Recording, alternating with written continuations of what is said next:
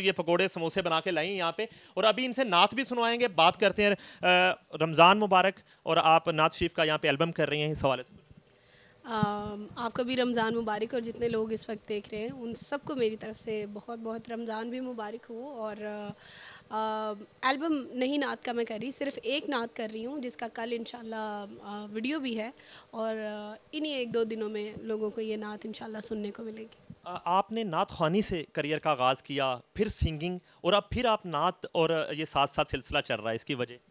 इसकी वजह ये है कि जहाँ से मेरा करियर स्टार्ट हुआ वो अल्लाह पंतन पाक के ज़िक्र से हुआ, और रसूल पाक सल्लल्लाहु अलैहि वसल्लम के सदक़े में मुझे खुदा ने इज़्ज़त दी, और आज मैं हुमैरा अरशद उन्हीं के सदक़े में बनी बैठी हूँ।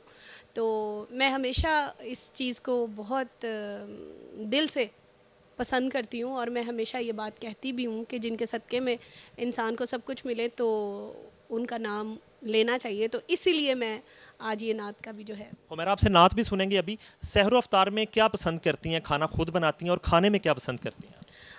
मैं टिपिकल लाहौरी बंदी हूँ, और मुझे सहर भी इफ्तार भी पराठा सालन, और ये जो एक टिपिकल हमारा लाहौरी स्टाइल है उसी में ही मुझे अच्छा लगता है खाना। सुरीला जो फनकार होता है, कहते हैं सुरीला खाना बहुत पसंद करता है। ये करेले गोश्त जो है, इसका ज़रा थीम बताइए, ये क्यों पसंद है गाने वालों को ज़्यादा?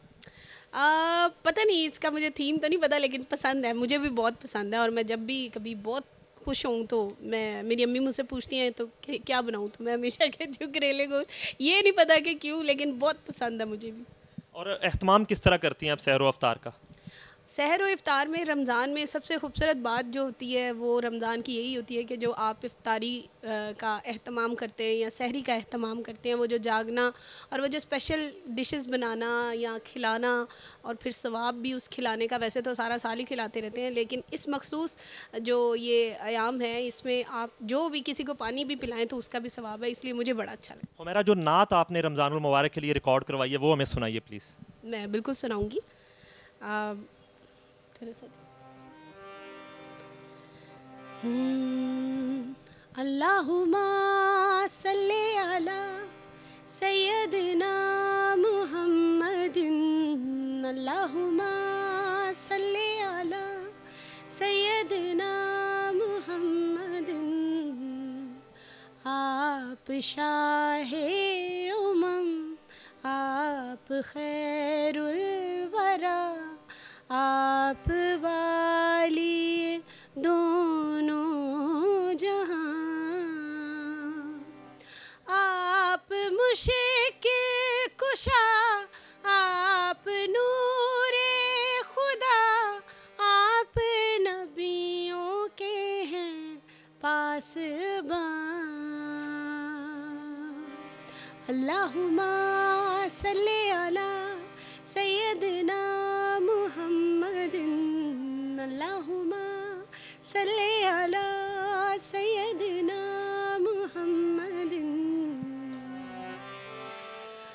आपके आने से ही दीन को राहत मिली। दीन को राहत मिली। हुमैरा अरशद अभी नात हमारे साथ पढ़ रही हैं, और आपने देखा कि हुमैरा अरशद भी दीगर फ़नकारों की तरह रमज़ानुल मुबारक इंतहाई अक़ीदत व एहतराम से मनाने के साथ साथ एक ख़ास जज्बे से नात रसूल मकबूल जो है वो रिकॉर्ड करवा रही हैं, जो दूसरे अशरे में रिलीज़ की जाएगी। तो बाकी नात सुनाते हैं हुमैरा की आपको जी। आपके आने से ही दीन को राहत मिली, महकी है सारी फिजा, मिट गई तारीकियाँ, फैली हर सू कहकशा, सारे बोले सल्ले अला। आप नूरे कमर, आप नूरे सहर, आप से है ज़मीन आसमां। अल्लाहुम्मा सल्ले अला सय्यदना मुहम्मदिन। हमारे साथ सुभान अल्लाह जज़ाकल्लाह हुमैरा के साथ इस नात के कंपोज़र, बहुत बड़ा नाम है हमारे मुल्क का, साजी अली साजी भी मौजूद हैं, उनसे बात करते हैं। जी साजी, हुमैरा की ये नात जो आपने कंपोज़ की है, इसके बारे में कुछ बताइए। बेसिकली इन्होंने मुझे कहा था कि इनका मैं एल्बम करूँ गानों का। इन्होंने मुझे कहा कि नात चाहिए, कोई अच्छी सी नात करें। फिर हम बैठे इकट्ठे और नात बड़ी अच्छी बनी, आप लोगों को इंशाल्लाह मज़ा आएगा सुन के। हुमैरा ने पढ़ी कैसी है नात? उन्होंने, आपने कंपोज तो बड़ा अच्छा किया, रिकॉर्डिंग भी अच्छी, हुमैरा की जो पढ़ना है उसके बारे में। बेसिकली जब लोग सुनेंगे तो पता चलेगा। इन्होंने माशाल्लाह बहुत अच्छा गाया, मैं तो इनका माशाल्लाह बड़ा फ़ैन हूँ, उन्होंने बहुत अच्छा गाया। ये कलाम किनका है? ये कलाम लिखा है नासिर साहब ने और कंपोज किया है मैंने, अरेंज किया है कामर अख्तर ने। जी, नात की बात भी हुई, अफ्तार की बात भी। हुमैरा, आप अपने परस्तारों को, अपने फैंस को, अपने चाहने वालों को, पूरी दुनिया में आपको लोग देख रहे हैं, रमज़ान के हवाले से कोई मैसेज देना चाहेंगी?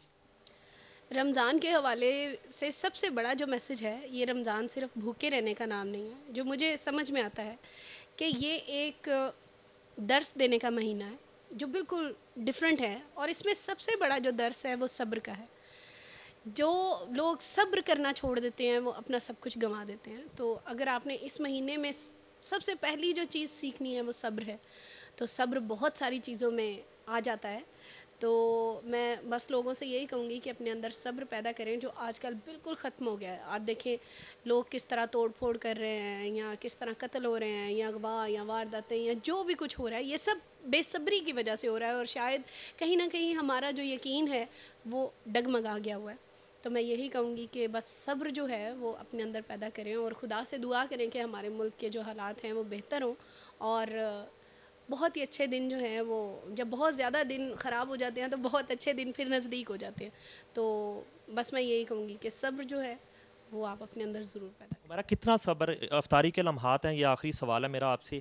अफ्तारी के लम्हात हैं, यहाँ पे लाइट नहीं है, आप किस तरह से अफ्तारी तैयार करके लेके आई होंगी? अभी रिकॉर्डिंग भी आपने करनी, इतनी गर्मी में आप बैठी हुई हैं कि कितना सब्र करना चाहती हैं आप? कितना सब्र करेंगी, या आवाम लोड शेडिंग में कितना सब्र करेंगे? लोड शेडिंग के बारे में। हाँ, लोड शेडिंग के हवाले से तो लोग सब्र नहीं कर रहे, और पता नहीं हमारे हुक्मरान जो हैं वो क्या देखना चाहते हैं। और मेरा ख़्याल है कि अब लोगों के सब्र को आज़माना नहीं चाहिए, क्योंकि जब जो चीज़ बहुत ज़्यादा रोकी जाए तो फिर वो बंद तोड़ के जो है वो आगे आती है। तो मैं बस यही अपने हुक्मरानों से भी कहूँगी कि खुदारा जो शायद वो एक आम घरेलू लोग होते या औरत होते और वो किसी के लिए सहरी इफ्तारी का खुद एहतमाम करते, तो शायद उन्हें लोगों की मुसीबतों का पता चलता। तो लोगों के घरों में पानी नहीं है, गैस नहीं है, छोटे छोटे बच्चे हैं, और इस तरह जिस तरह हम बड़े हो के तो हमारा इतना दिल घबराता है, तो जो मरीज़ लोग हैं हॉस्पिटल्स में हैं, या जो सीरियस बीमार हैं, या घरों में जो हार्ट पेशेंट हैं, वो कैसे टाइम गुजारते होंगे